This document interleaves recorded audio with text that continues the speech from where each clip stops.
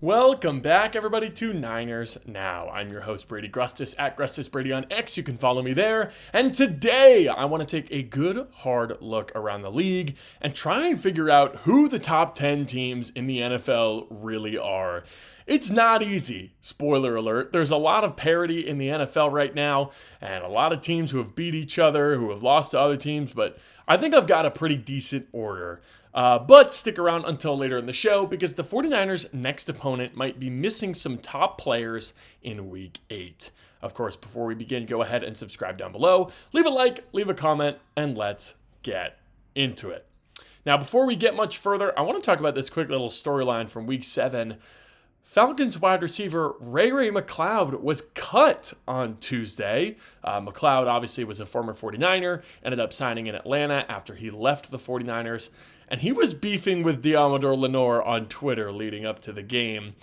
You saw that he sent out a tweet pregame shouting out his teammates Drake London and Darnell Mooney, saying, get out there, have a great game, take care of business, kind of subtweeting Deommodore Lenoir, insinuating this was an extra special game and he wanted to see his guys take advantage of Lenoir. But Lenoir never want to back down from a social media beef, man. He responded, clapped back, insulted Ray McCloud's release package, which of course was pretty funny. And then, of course, the 49ers won on Sunday night. The reason that Ray McCloud did not play in that game is not because he was hurt. It's because he was sent home by the Atlanta Falcons. We didn't really ever get much detail or clarity on why exactly Ray McCloud is not a part of the Falcons anymore, but in a press conference, Falcons coach Raheem Morris called him a quote-unquote distraction that he was taking care of. And now Ray McCloud was sent home, didn't play on Sunday, and now he's officially been cut on Tuesday. So Deommodore Lenoir gets the last laugh there with McCloud, and I doubt that a return to San Francisco is in the cards for Ray. He could have been an interesting option, right, as a potential punt returner, but no, no, that is certainly not happening anymore if I had to guess.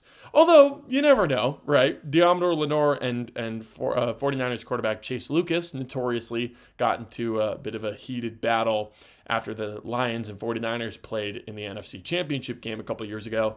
And now they're best friends. Now Chase Lucas is a 49er, and he's getting along real well with Lenoir. So you never know. It's something to keep an eye out for sure. Now, let's move on to the top 10 teams power ranking from me here at Niners Now. I'm going to start with number 10 and move all the way up to number 1. And there's a lot of teams on this list where, a team lower on the list might have beaten a team higher on the list. I did my best to try and measure things out accordingly. But ultimately, this ranking is who do I think the best teams in the NFL are. And, the best team doesn't win every single game, right? There's rarely a 17-0. There's never been a 17-0 team. There's rarely been an undefeated team, right? But yeah, this is my ranking. Every one of these teams on this list has a loss. Some of them are to each other, right? But let's get started with number 10. I've got the LA Rams.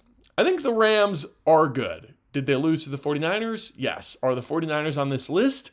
No, actually. But I do think that the Rams are better, given that the Niners are struggling with injuries. Rams have some injuries of their own, right? Puka Nacua is injured, but it didn't matter in Week 7. They went over to London and beat the brakes off the Jacksonville Jaguars, man. That offense was humming. 5 touchdowns for Matthew Stafford. 3 of those went to Devontae Adams. It was crazy. Very excited to see if the Rams can replicate that success back here on U.S. soil. And their defense, they've got a really good front 7 and not a great back 7. So that's why I've got them all the way down at number 10 right here.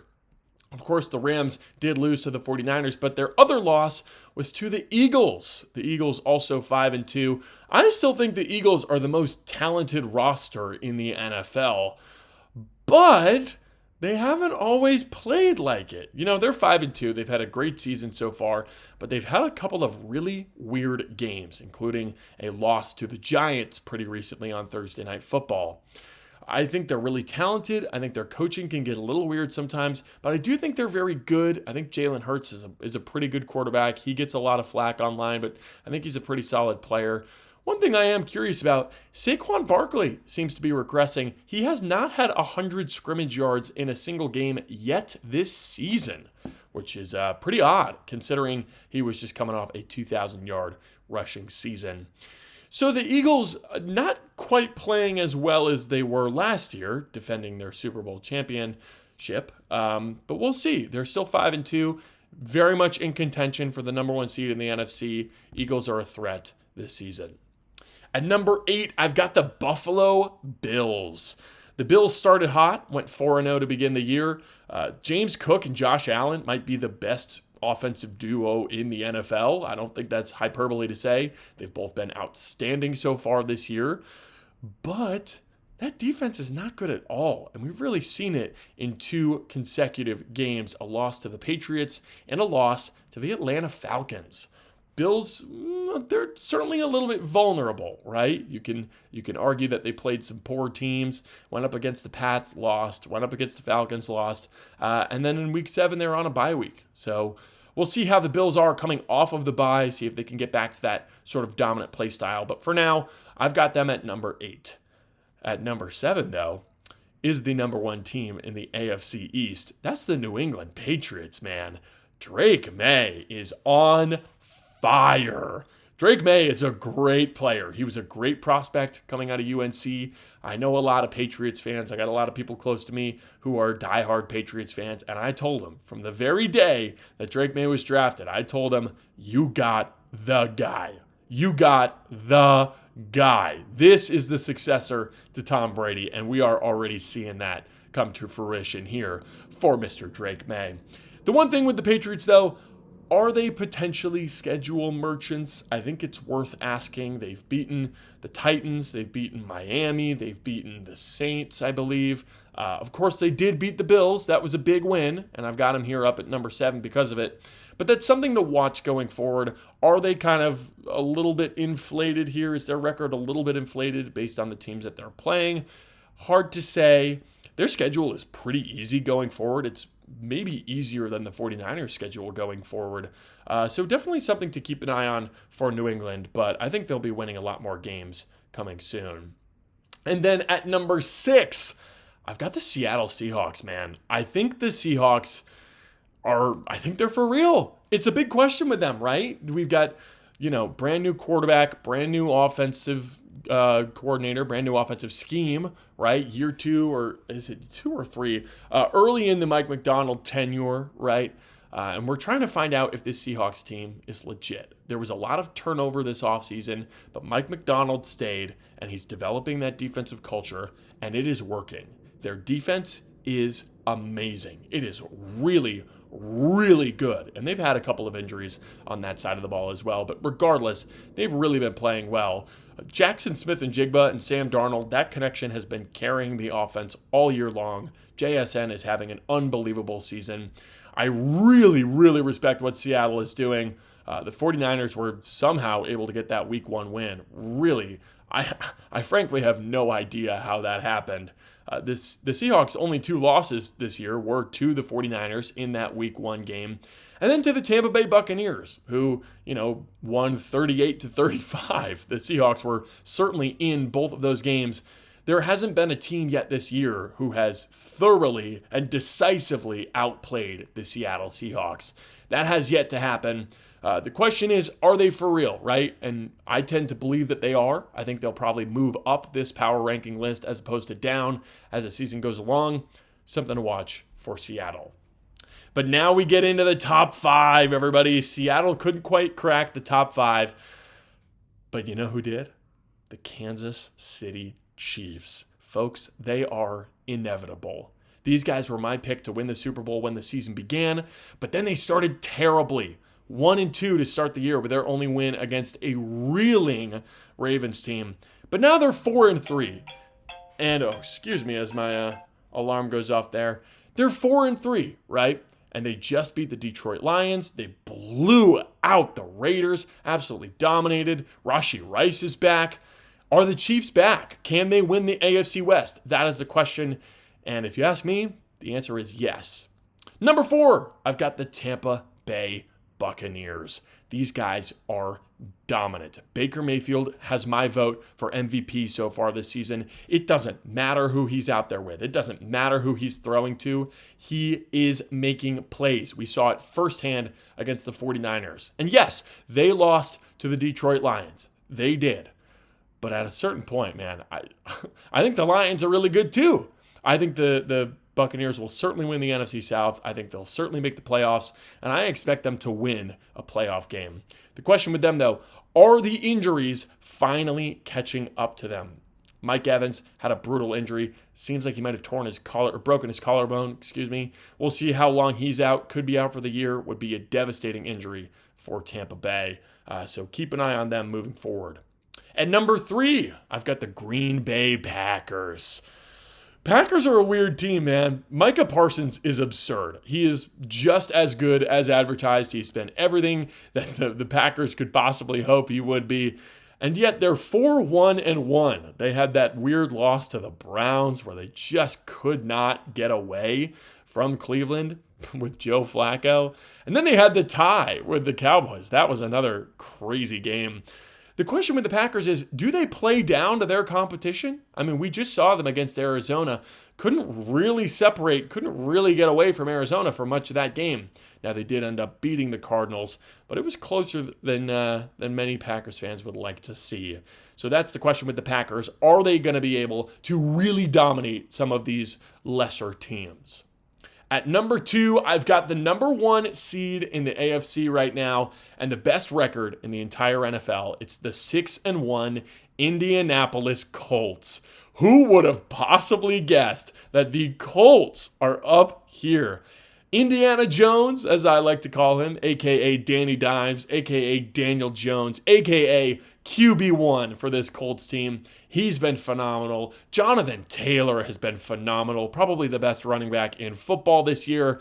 My question, though, with the Colts, are they talented enough? We know they've got the stars, right? You've got Jonathan Taylor. You've got DeForest Buckner. You've got Quentin Nelson.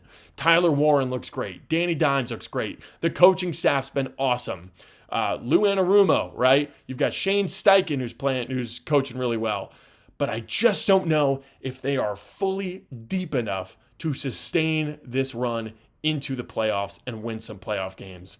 That'll be fascinating to watch. And then at number 1, I've got the Detroit Lions. Yes, I know they lost in week 1 to the Packers, who are below them. And I know they lost to the Chiefs, who are below them.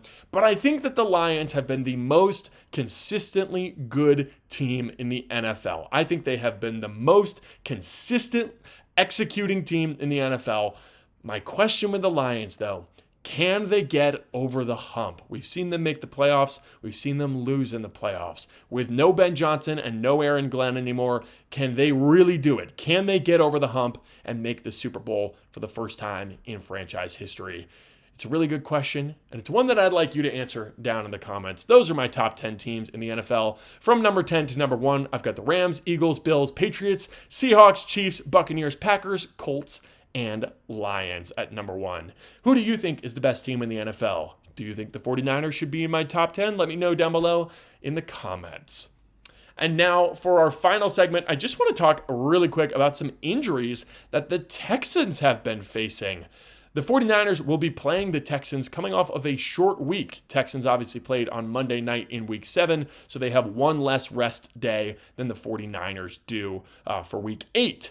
And Nico Collins, their alpha wide receiver, is currently in the concussion protocol. According to head coach DeMeco Ryans, it is concerning for Nico Collins. We'll see if he's available to go week 8. That would certainly be a huge loss for a Texans offense who can't really afford to lose much more.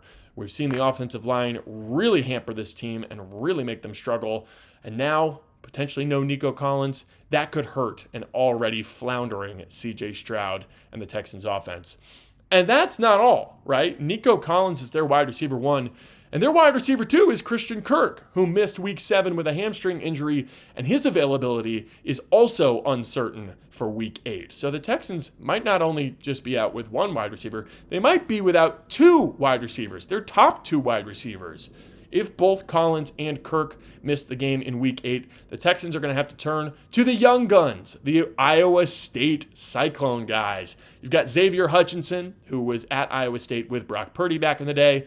And then you've got the 2 rookies, the former Iowa State teammates, Jaden Higgins and Jalen Noel. They were teammates in college, both drafted by the Texans, and are now teammates there.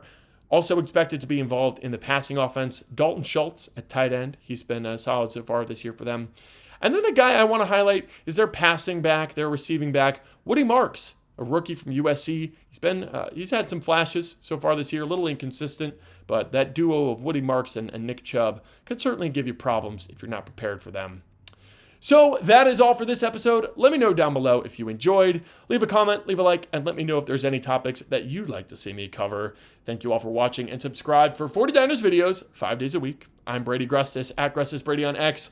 This has been Niners Now, and I'll see you tomorrow.